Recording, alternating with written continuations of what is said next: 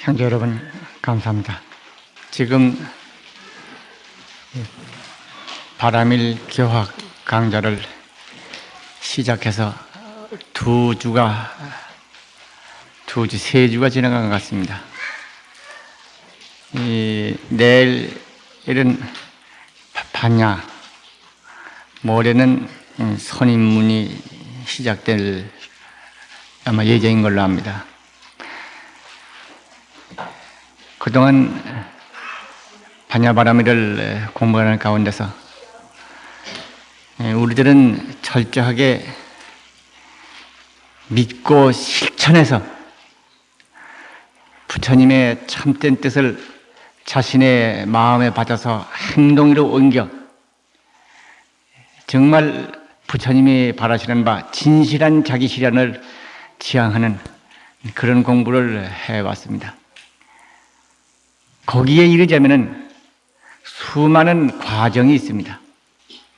마치 깊은 바닷속에 보물이 있어서 그 보물을 건진다면 궁극적 목적은 보물을 건지는 데 있지만 보물을 건지자면은 육지를 걸어서 바닷가에 이르러서 낮은 데서 벗어 차차 깊은 데로 들어가서 마침내는 정말 깊은 곳에 있는 보물을 건져낸다. 그러한 과정이 있는 것처럼 수많은 과정이 있어서 그 사이에 말하자면 부처님의 법문이 수없이 많습니다. 84,000 법문이라고 그러죠. 84,000 법문이라고 하는 것은 중생들의 수많은 과정, 수많은 근기, 차별 있는 그 개성들을 하나하나 조복해가면서 정리해가면서 필경의 청정, 무의, 진실도 가운데 들어오게 하기 위한 부처님의 말씀이 그렇게 많다는 겁니다.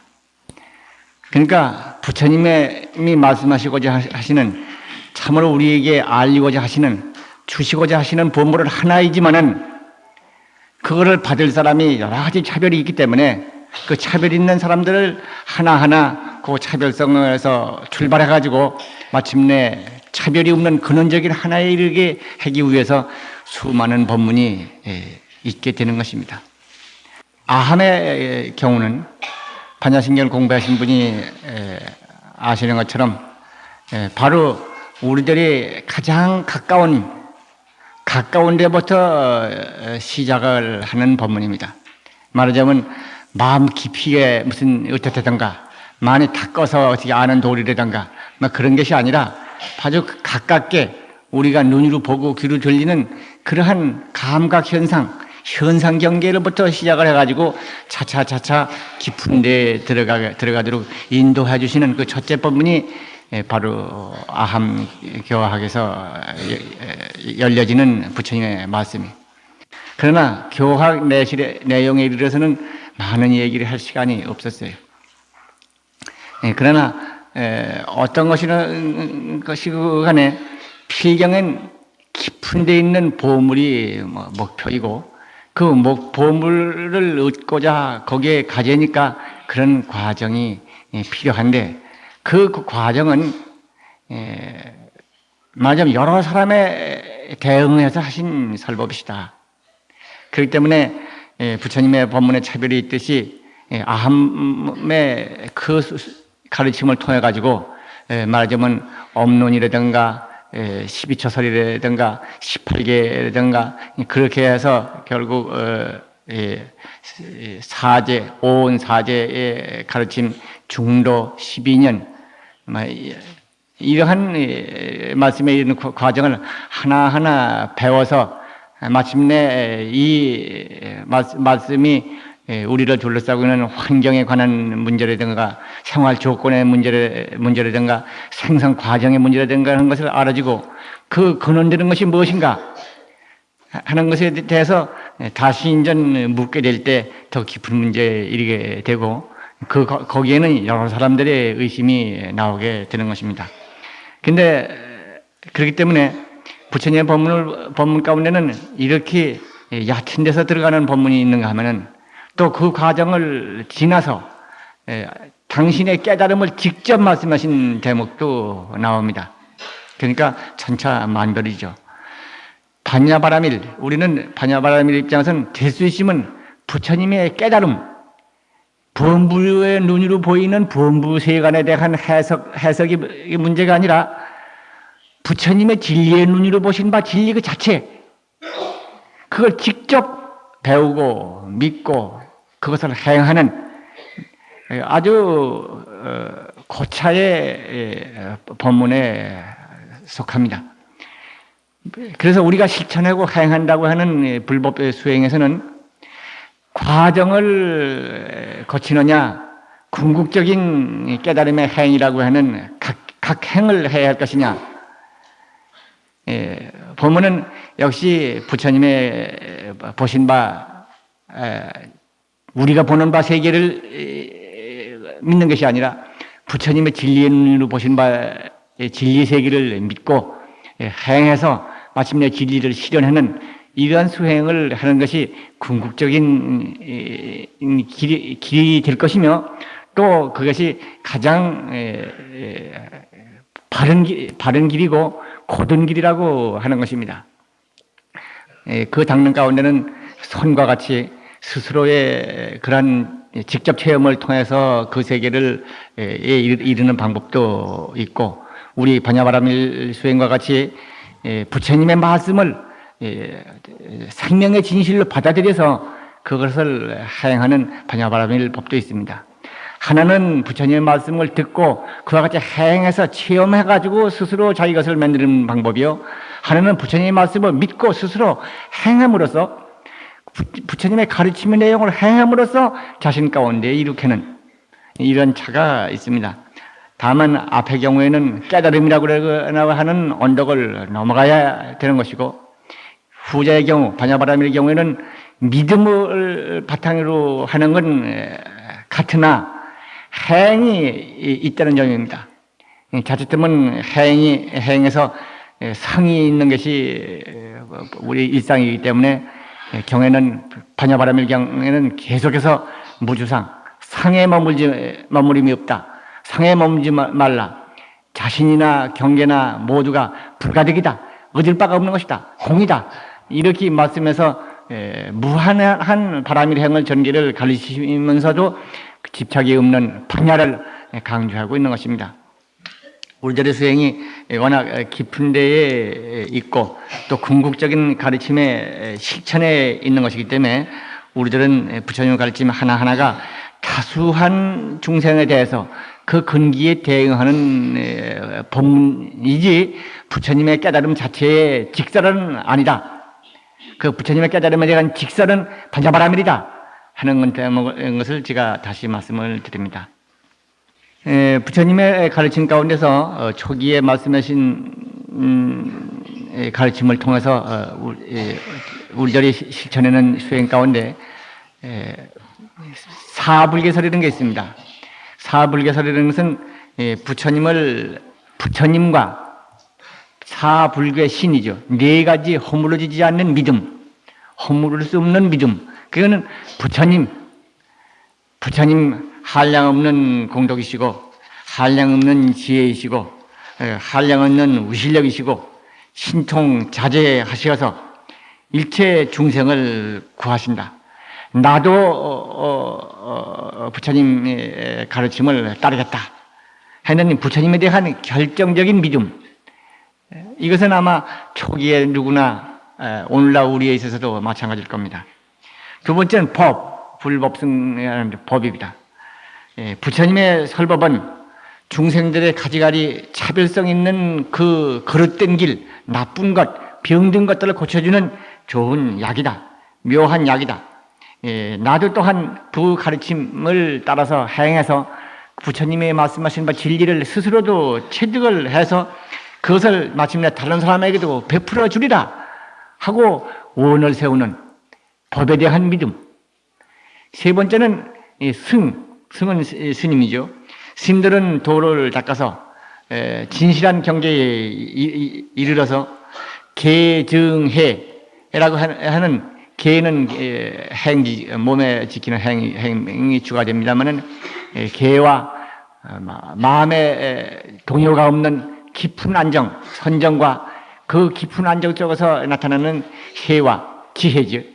이 모두를 갖추신 스님들은 바로 이 세간의 복전이시다. 우리도 그 가르침을 따라서 또는 그와 같이 배우리라. 이것이 이제 세 번째 승에 대한 믿음이요 염원입니다. 이걸 그리고 네 번째는 계행입니다. 계행은 모든 계에는 큰 우실력이 있어서 부처님의 계법에 가르치면 큰 우실력이 있어서 모든 악을 끊고 그릇된 길로 가는 중생들을 바르게 인도해주는 힘이 있다. 나도 또한 정진해서 이 계법을 잘 호지하고 지니리라. 이게 기본적인 믿음입니다. 사불계신이라고 그러죠. 그리고 이제 여기 비슷한 것이 육념법이라고 그런 게 있습니다만 육념법은 이 네 가지에다가 불, 법, 승, 계 이 육념법에다가 시 보시라고 그러는 베푼다고 그러는 시입니다. 시와 천상에 태어난다고 그러는 천을 합한 겁니다. 그것을 육념법이라고 그럽니다만 이것이 부처님 당시 초기에 수행하는 기본적인 강목이었다고 저는 생각이 됩니다. 시라고 하는 것은 보시를 하면 큰 공덕이 있다. 중생들이 가지고 있는 탐착심이라고 하는 악도에 들어가고 자기 자신을 고통스러운 길로 이끄는 그러한 것을 조복받는 그러한 큰 힘을 가지고 있다. 그래서 중생의 이러한 간탐심 같은 무거운 병을 고치는 이 계법을 존중하고 닦고 보시를 행해서 나도 또한 일체 중생을 섭수하리라 하는 그 보시에 대한 신앙과 실천, 이것이 이제 이걸 하나 보태고 그다음에 천상 계행을 닦고 보시를 행함으로써 그래서 고통이 없고 지혜가 밝은 천상의 날이라. 그건 뭐 여러 차별이 있는 천상입니다. 천상의 날이라 하는 그런 의음을 해서 그렇게 수행하면은 차차차차 마음도 안정이 되어서 선정에 들게 되고 마침내는 번뇌가 없는 열반 쪽으로 가까워가게 된다. 육념법이 부처님의 초기에 있어서의 우리 불자들의 믿음이었지만은 이거의 기본적인 격식은 우리 오늘날에 있어서도 큰 차이가 없는 것입니다. 다만 보시를 하더라도 보시를 해서 공덕을 지어서 천상에 간다든가 계행을 닦아서 천상에 태어나서 난다든가 내 생에 좋은 몸을 받고 좋은 국태에 온다든가 그러한 보상을 바라는 계행이거나 보시가 아니라는 점이 다르죠. 경에도 보시에 대해서 철저하게 주는 자와 받는 자와 또 주는 물건에 대해서 집착심을 놔라. 그것은 실로는 없는 것이다. 불가득이다. 얻을 수 없는 것이다. 잡을 수 없는 것이다. 그 근원은 공이다. 이렇게 반복 말씀하시면서 큰 보시를 행하면서도 보시에 집착이 없는 무주상의 보시가 진실한 보시다 하고 말씀을 해서 상이 없는 것을 가르치고 그것을 배우는 것이 우리의 입장이죠. 또 천상에 태어난다. 부처님 당시 초기에 대중들은 깊은 법문을 말씀을 처음부터 들어가지고는 이해가 안 가니까 그래서 이제 이 몸으로 보고 느끼는 것부터 닿기 시작해서 마침내 그 과보로서 편안하고 안락하고 쾌락이 많고 자유가 많은 세계에 대한 설명이 나옵니다만 오늘날 우리에게서는 본질적으로 그와 차이가 없으나 보다 궁극적인 것, 성불이라고 하는 완성, 진리 자체를 자기 것으로 만들어서 자기 자신이 진리가 되는 그런 성불이라고 하는 것을 목표로 한다고 하는 걸로 생각해 보면 역시 육념법이라고 하는 기본적인 그 당시의 수행의 강목은 오늘 그 골격에 있어서 오늘날 우리에게도 있는 것이 아닌가 그런 생각을 하게 됩니다. 얘기가 많이 곁으로 갔습니다만은 하여튼 부처님의 가르침은 우리로 하여금 필경의 성불의 길을 가게 만들고 거기에 이르는 과정 가운데서 중생의 근기에 따라서 차별성에 따라서 각각 살아신 법문이다. 그러나 마침내는 우리는 성불이라 그러는 완성에 와서야 쉰다. 그것을 다시 되풀이해 본 것입니다. 요단법회 날 계를 살게 되기 때문에 그전에는 계 법문을 할 시간이 없었습니다. 계 의식을 하다 보면 시간이 다 가기 때문에 계 법문을 한 10분이나 20분 하고 말았는데 오늘은 일부러 계 법문에 대한 오계에 대한 말씀을 좀 미리 드리기로 하고 요단법회 날은 계 수계 의식만을 행할 작정입니다. 그래서 오늘은 계에 대한 말씀을 좀 드려야겠어요. 계가 어떤 것인가? 아마 많은 분들이 계는 우리의 자유스러운 것을 속박하는 느낌으로 먼저 받아들이는 분이 혹 계실지도 모릅니다만 사실인즉은 우리의 미혹한 생활이 속박되고 있는 상태입니다. 속박에서부터 우리를 풀어주는 것이 계. 그것은 차차 아마 말씀드리게 될 겁니다. 원래 그 계는 산스크리트의 신라라고 그래서 원래의 뜻은 행위 혹은 습관 혹은 도덕성 경건한 것 그러한 의미가 있는 것이 원래의 뜻인 것 같습니다. 그러나 행해지기는 그 계의 뜻은 그 몸, 그 언행, 말, 신구, 몸과 말에서 방비지약 그릇된 것을 막고 악한 것을 멈추게 하는 핵으로서 불교의 기본적인 실천도로서 계를 말하게 됩니다. 부처님 말씀하시기를 우리들 포살 때에 항상 읽고 있는 본문에도 그 말이 나옵니다만 10번에 드실 즈음에도 그러셨거든요. 계가 바로 그대들의 큰 스승이다. 계가 그대들의 큰 스승이다. 이 계가 얘를 지키고 계를 존중하고 있는 한 내가 세간에 더 머물러 있어도 열애가 더 세간에 머물러도 더 이익될 바가 없다. 계는 바로 큰 대사다 하고 반복하고 말씀하셔서 그리고 계는 어둠에 있어서의 밝은 등불과 같고 계는 가난한 사람에 있어서의 보배이며 병든 자가 나은 것과 같고 또 멀리 간 사람이 집이 돌아온 것 같은 평화함이 있고 그리고 속박된 자, 갇힌 자가 풀려나온 것 같은 그러한 것이다 해서 계의 소중함을 말씀하고 있습니다. 근데 이 계에 대해서는 이렇게 부처님께서 여러 가지로 말씀하셨는데 실제 계가 그럴만한 것입니다. 계의 본질은 곧 말씀을 드리겠습니다만은 인간이 가지고 있는 우리들이 각자 가지고 있는 근원적인 진리, 태양 같은 진리를 완전 해방해서 우리의 생각과 우리의 행동 가운데 전적으로 실현해서 우리와 우리의 국토의 완전의 청정을 실현한다고 하는 것이라고 생각한다고 그러면은 그 말씀이 이해가 가요. 여기 그 주보에 계 10가지 뜻이 있다 해서 여기 적어놨습니다. 뭐 이건 보리자랑론이라고 하는데 나오는 법문입니다. 근데 참 저는 이 제목을 꼼꼼히 한 조목 깊이 좀 생각하고 뒤져봤어요. 정말 이 계를 참으로 말씀 잘한 것이다.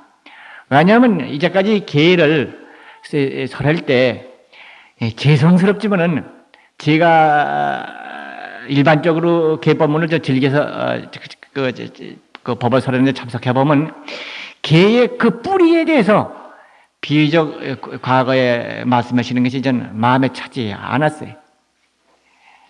계의 뿌리, 계체 문제라든가 계가 나오는 근원에 대해서 그렇게 많은 말들이 없는 걸로 저는 들었습니다. 근데 계는 그 근원이 딴 것이 아니라 각성이라고 그런 거예요. 그 근원이 각성이라고 그런 것이어서 인간의 무한성, 절대성, 완전성, 대자율성에 대한 완전한 해방, 그것을 목표로 해서 계가 설해지고 있는 것이 근본이. 물론 몇 가지 다른 차별도 있습니다. 그런 입장에서 볼 때 여기 10가지 뜻이라고 하는 것은 정말 공감이 가서, 첫째는 습군이라고 그랬습니다. 익히고 가까이 한다. 깨달음의 진리, 내 생명의 진리, 거짓 생명이 아니라, 죽음이 있는 생명이 아니라, 늙고 병드는 생명이 아니라, 죽지 않는 생명, 불멸의 생명, 영원의 생명, 진실한 나.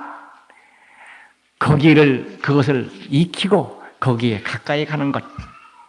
계행은 그런 것이다. 계행은 물론 지지계라고 해서 멈추게 하는, 무슨 행을 하지 말라 하는 멈추게 하는 그런 조목도 있고, 작지계라고 해서 적극적으로 행동하라 하는 적극성을 요구하는 계에서 대개 두 가지 조목이 있습니다. 아마 우리 불광에서 계 받으신 분들은 지가 계를 설하기를 철저하게 작지계의 입장에서, 계는 부작위, 행을 하지 않는, 나쁜 짓을 하지 않는 것으로서 지켜지는 것이 아니라, 계는 착한 행을 적극적인 행동으로서 지켜지는 것이다 하는 작지계의 입장에서 기왕에 설명을 해왔습니다.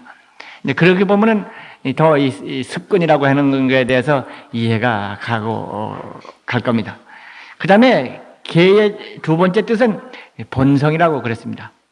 말하자면 본성이라고 그러는 것은 어떤 추상적인 것으로 있는 것이 아니라, 각 깨달음이라고 하는 진리는 바로 어떤 추상적인 것으로서 관념적인 것으로 존재하는 것이 아니라 구체적인 것, 이 계라고 하는 구체적인 행동 가운데 본성은 살아있는 것이다.